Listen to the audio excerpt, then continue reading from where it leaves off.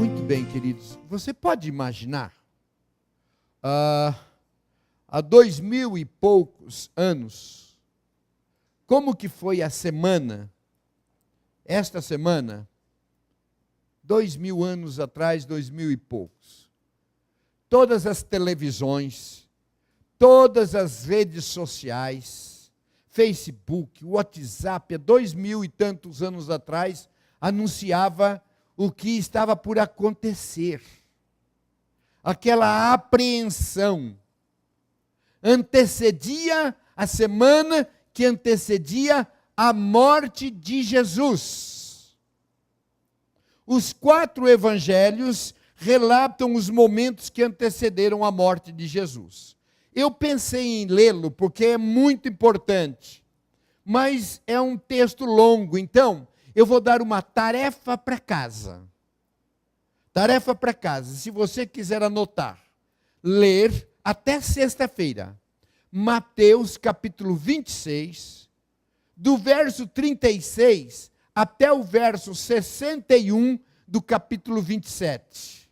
Mateus 26, do versículo 36 até o capítulo 27, versículo 61. Sexta-feira eu vou perguntar, quem leu? E quem não leu, vai apenas ficar nos vendo tomar café. Tá bom? Então, eu vou pedir para que vocês se empenhem para fazer esta leitura.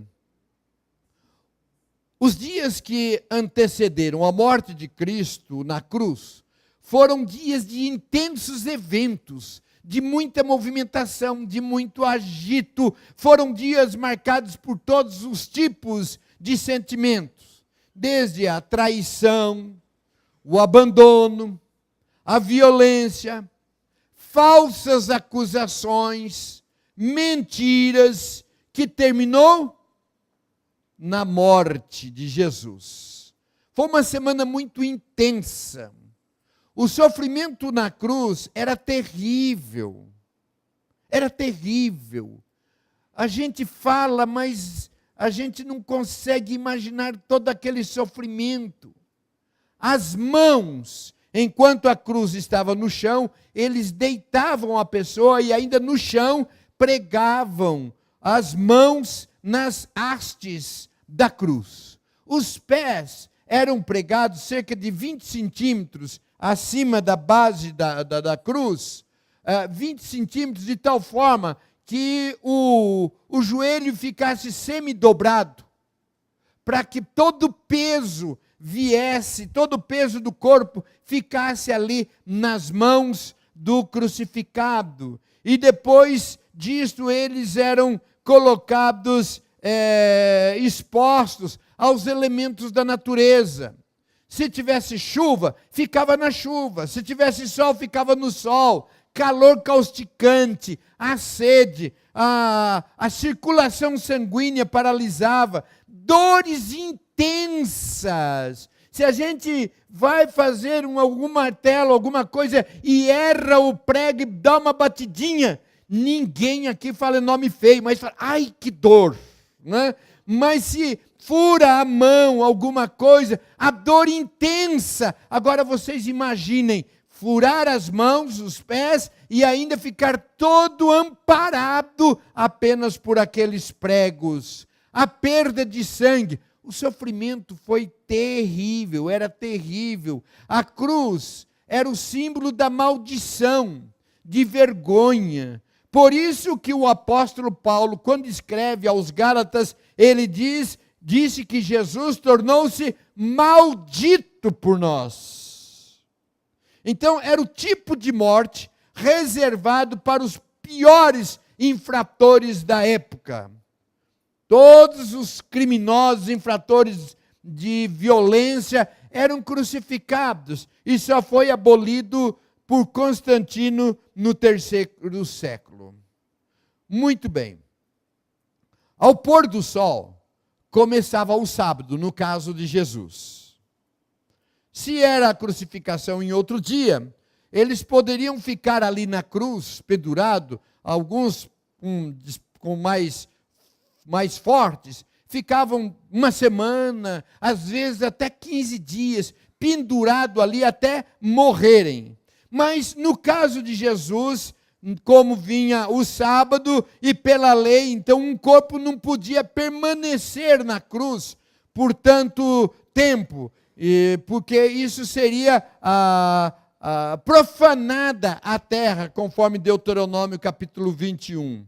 Então, antes da morte de Jesus, os membros do Sinédrio pediram a Pilatos que abreviasse a vida dos crucificados, quebrando-lhes as pernas. E assim fizeram nos 2 ladrões. Ou seja, precisa que eles morram logo. O que a gente vai fazer? Quebra as pernas. Quebrando as pernas, fragiliza e eles vão morrer mais rápido para dar tempo de tirar no tempo estabelecido pela lei. E então fizeram isso com os outros 2, mas com Jesus não. Por quê? Porque quando eles chegaram diante de Jesus, Jesus já havia morrido. Pode parecer que Jesus era um tanto mais fraco, porque morreu rápido. Alguns ficavam semanas. Jesus ficou, entre aspas, apenas 6 horas, das 9 até as 3 da tarde. Apenas 6 horas, e ele morreu. E ele morreu. Por que aconteceu isto? Para cumprir uma profecia. Isto aconteceu para que se cumprisse a profecia da Escritura que diz, nenhum dos seus ossos será quebrado. Então quebraram-se os ossos dos outros, mas do de Jesus não foi quebrado, porque havia a profecia de que nenhum osso seria quebrado. Soldados chegaram para conferir, colocaram a lança, perfuraram a lateral do corpo de Jesus, e ao invés de sangue saiu água, que era um sinal de que Jesus já havia morrido, que ele já estava morto. Assim, acontece a morte de Jesus Cristo. Esta semana, queridos, é a semana de nós falarmos da morte de Jesus. Nós falamos muito da Páscoa, da ressurreição, mas nós não temos falado da morte. Mas não há ressurreição sem morte. Ninguém pode ressurgir se não houve a morte. E a morte de Jesus é preciso que nós pensemos, porque ela tem um significado. E quem levou Jesus à morte? Foi Pilatos. Lucas capítulo 23, versículo 2 diz assim: então, pela 3ª vez, lhe perguntou: que mal fez este? De fato, nada achei contra ele para condená-lo à morte. Foi Pilatos. Pilatos tentou safar-se de todas as maneiras. Ele tentou transferir a responsabilidade da decisão e enviou para Herodes. Herodes não quis também se comprometer, devolveu para Pilatos. E ficou naquele jogo de empurra, empurra, quem é que julga, quem é que condena, o que a gente faz? Voltando para Pilatos, Pilatos tentou amenizar a situação. Lá em Mateus 27, versículo 24, diz o seguinte, vamos dar uma surra nele. Vamos dar uma surra nele e vamos castigá-lo, e aí a gente solta, tudo bem, já foi feito o castigo, já apanhou, já batemos, já surramos, e aí a gente liberta, pronto, tá bom assim? Não estava bom, não aceitavam isto. Pilatos o tem como inocente, lá no 27, 24 de Mateus diz, estou inocente do sangue desse justo. Na realidade, ninguém queria tomar uma decisão. E Pilatos ficou nessa situação. Ou teria sido Judas Iscariotes, um dos 12 discípulos de Jesus, o único que nasceu na Galileia. Ele era filho de Simão. Traiu Jesus por 30 moedas de prata. Ele levou os sacerdotes, os guardas, para o jardim do Getsêmani, para identificar quem era Jesus. E fez isto beijando e chamando-o de mestre. Aquele que eu beijar, é ele o tal, ele que o conduziu. Segundo alguns historiadores, ele fazia parte dos Zelotes, que era um partido revolucionário. Ele tinha a função de tesoureiro do grupo apostólico, por ser um dos mais instruídos entre eles. E após esse ato de traição, cheio de remorso, jogou as moedas aos pés dos sacerdotes e tirou a própria vida, enforcando-se. Judas foi motivado pela ganância. Aliás, o dinheiro ainda hoje tem corrompido magistrados, juízes que vendem sentenças, tem corrompido políticos, negociantes e pessoas naturais, normais, gente que se vende, aliás, muitas vezes por pouco dinheiro. Agora, uma outra pergunta: por que crucificaram Jesus e não Barrabás? Os dois criminosos estavam ao lado de Jesus porque mereciam estar ali. Eles cometeram crimes. Mas Jesus não merecia. Jesus não cometeu crime nenhum. E um deles ali reconheceu, no momento da crucificação, reconheceu que Jesus não era criminoso. E Pilatos acaba soltando Barrabás a pedido da multidão. A pedido da multidão, ele solta Barrabás, um criminoso, qualificado, assassino e ladrão. Ou então não foi nem Pilatos, nem Judas Iscariotes, foi a multidão. Foi a multidão culpada. A multidão estava cega. Eles queriam a morte de Jesus a qualquer preço e gritavam loucamente: crucifica-o, crucifica-o, crucifica-o. Pilatos, ao apresentar a escolha entre um dos dois presos, ele achou que a multidão jamais iria preferir Barrabás a Jesus. Acha que o povo vai pedir para que crucifique Jesus e não Barrabás? Eles vão optar pela crucificação de Barrabás. Mas a multidão fez justamente o contrário. Pediu a libertação de Barrabás e a crucificação de Jesus. Agora, a morte de Cristo foi um crime horrendo ou um plano de Deus? Foi uma tragédia humana ou um propósito divino? Foi um crime ou plano de Deus? Foi um assassinato ou ele voluntariamente se entregou? Foi uma vítima ou ele marchou para o Calvário como um rei caminha para a sua coroação? Então, quem entregou Jesus para a morte de cruz não foi Judas, não foi Pilatos, não foi a multidão, mas foi o próprio Pai, por amor a nós.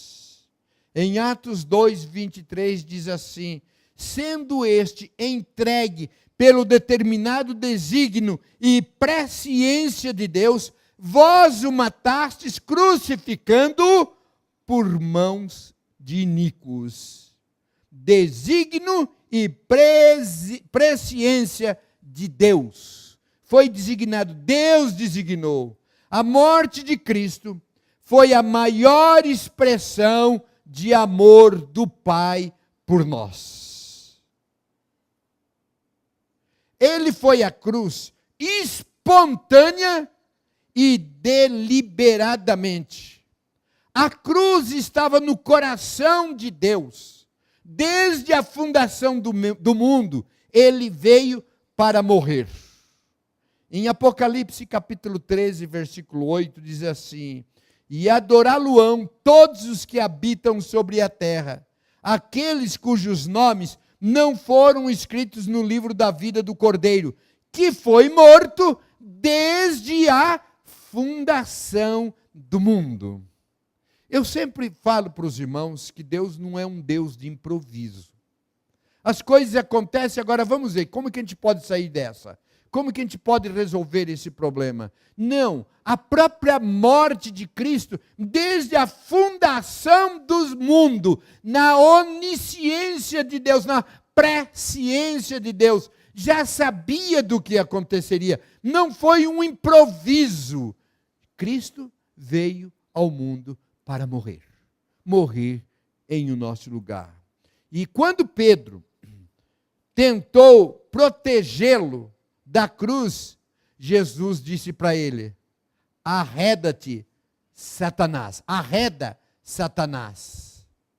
Pedro, vendo toda aquela situação, ele quis dar uma mãozinha, quis defender. Não, não pode acontecer isso. Como que vai acontecer isso? E Jesus: arreda, Satanás. Porque Jesus já sabia, como Deus encarnado, do que precisava acontecer. Esses dias preguei sobre o Espírito Santo. E eu disse que da mesma forma que haviam vários preditos do nascimento de Jesus, também vários preditos da vinda do Espírito Santo. E também da morte de Jesus, conforme nós dissemos, nada é de improviso. O Senhor tem nos ensinado as coisas que aconteceriam e as que hão de acontecer.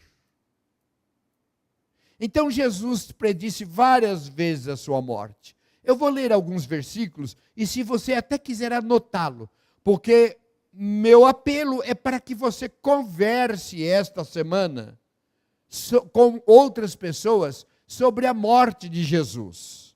Em João capítulo 10, versículo 11, diz assim: eu sou o bom pastor, e o bom pastor dá a vida pelas ovelhas. Ele deu a sua vida pelas suas ovelhas. Você é a ovelha de Jesus? Amém? Você é a ovelha de Jesus? Então ele deu a sua vida por você. Versículo 17 diz assim: por isso o Pai me ama, porque eu dou a minha vida. Versículo 18: ninguém a tira de mim, pelo contrário, eu espontaneamente a dou. Tenho autoridade para a entregar e também para reavê-la. Este mandato eu recebi do meu Pai. Em Gálatas capítulo 1, versículo 4, o qual se entregou por si mesmo pelos nossos pecados, para nos desarraigar deste mundo perverso, segundo a vontade de nosso Deus e Pai, o qual se entregou a si mesmo. Gálatas capítulo 2, versículo 20. Logo, já não sou eu quem vive, mas Cristo vive em mim. E esse viver que agora tenho na carne, vivo pela fé no Filho de Deus, que me amou e a si mesmo se entregou por mim. Efésios capítulo 5, versículo 2. Andai em amor, como também Cristo nos amou, e se entregou a si mesmo por nós, como oferta e sacrifício a Deus em aroma suave. Romanos 8, 32. Aquele que não poupou o seu próprio filho, antes, por todos nós o entregou, porventura não nos dará graciosamente com ele todas as coisas? Então, queridos, ele morreu por nós. Ele foi traspassado pelas nossas transgressões. Foi moído pelas nossas iniquidades. Ele morreu para nos reconciliar com Deus. Ele morreu para nos dar vida. Então, durante a crucificação, vendo a agonia de Jesus, os soldados lhe ofereceram uma esponja pendurada em um galho de hisopo, contendo vinagre. Essa era uma bebida normalmente usada para amenizar a dor causada nos ferimentos dos soldados. E quando deram-lhe o vinagre, e quando Jesus tomou o vinagre, João 19, versículo 30, diz assim: quando ele tomou o vinagre, disse: está consumado. E inclinando a cabeça, entregou o Espírito. Então, a remissão e o perdão dos nossos pecados só foi possível através desse alto preço. Nós pregamos que nós somos salvos pela graça. Recebemos a salvação de graça. Ela é de graça para mim e para você. Mas foi pago um alto preço. O preço da morte. Morte doída, dolorida, sacrifício. Preço de sofrimento. Preço de agonia, de suplício, de sangue. E é somente a morte de Jesus e esse sangue que tem o poder de lavar os pecados e nos purificar de toda a injustiça. O sacrifício e a morte de Jesus, oferecida uma única vez, é substituída por todos os outros. Ah, quão importante é entender essa semana, é entender o que aconteceu antes da Páscoa, entender o que aconteceu antes da ressurreição, a morte de Cristo. É uma semana que nós nos debruçamos a pensar nesse sacrifício, nessa morte, nessa dor, nessa cruz, nesse sangue vertido por nós pecadores. Ele levou naquela cruz as nossas enfermidades físicas, psicológicas e morais. Ele levou as nossas mágoas, as nossas dores, os nossos traumas, o abandono, os nossos recalques. O seu castigo nos traz a paz.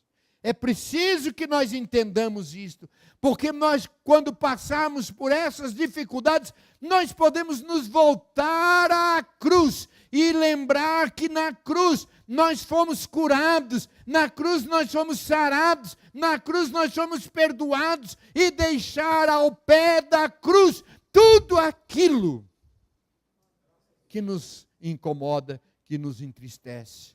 Queridos, nós muitas vezes carregamos peso que não precisaríamos carregar. Nós carregamos dores que não precisaríamos carregar. Nós levamos sofrimentos que não precisaríamos levar. Porque na cruz de Cristo foram ali também colocados todas as nossas necessidades. Então que nós aprendamos, quando estivermos nessas lutas, nós, ao invés de choramingarmos nos campos ou para outras pessoas, nós nos achegarmos à cruz de Cristo e ali nós colocarmos todas as nossas dores. Ele levou sobre si toda a nossa enfermidade. Ah, queridos, que bênção quando nós entendemos.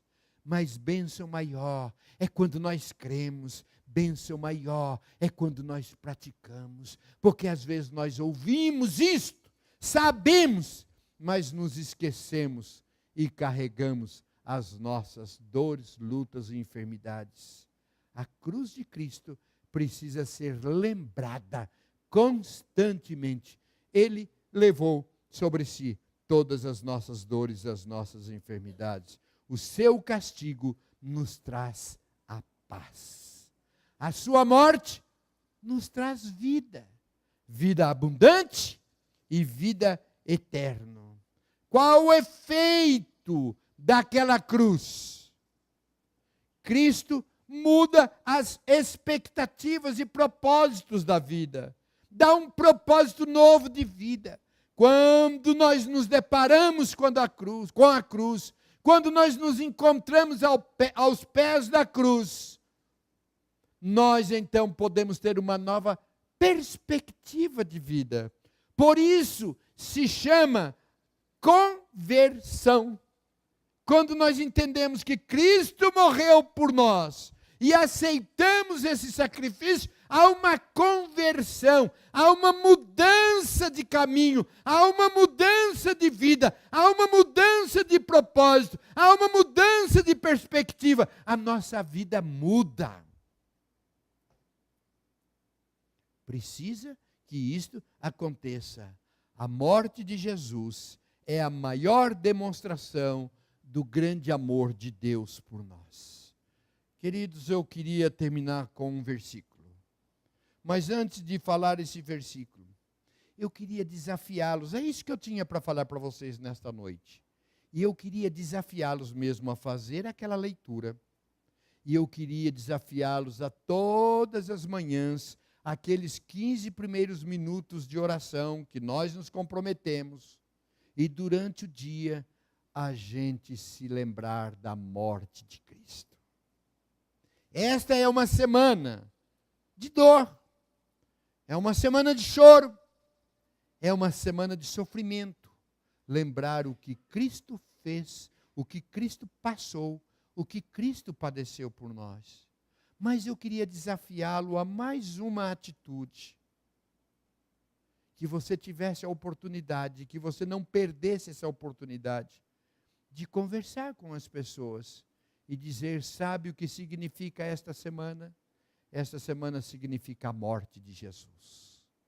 E daí Deus vai te ungir e te inspirar e te dar autoridade para explicar para as pessoas o verdadeiro significado da morte de Cristo. Muitos estão se preparando para a Páscoa, mas não há Páscoa sem morte. Não há ressurreição sem morte.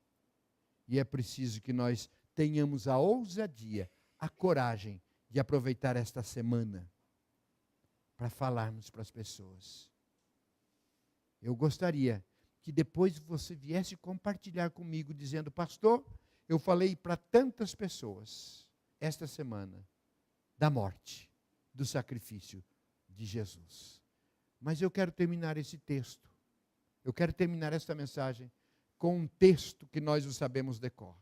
Eu quero convidar você para colocar-se em pé e eu quero que você fale comigo este versículo, mas não fale apenas decoradamente, fale de coração esse texto. Vamos falar juntos?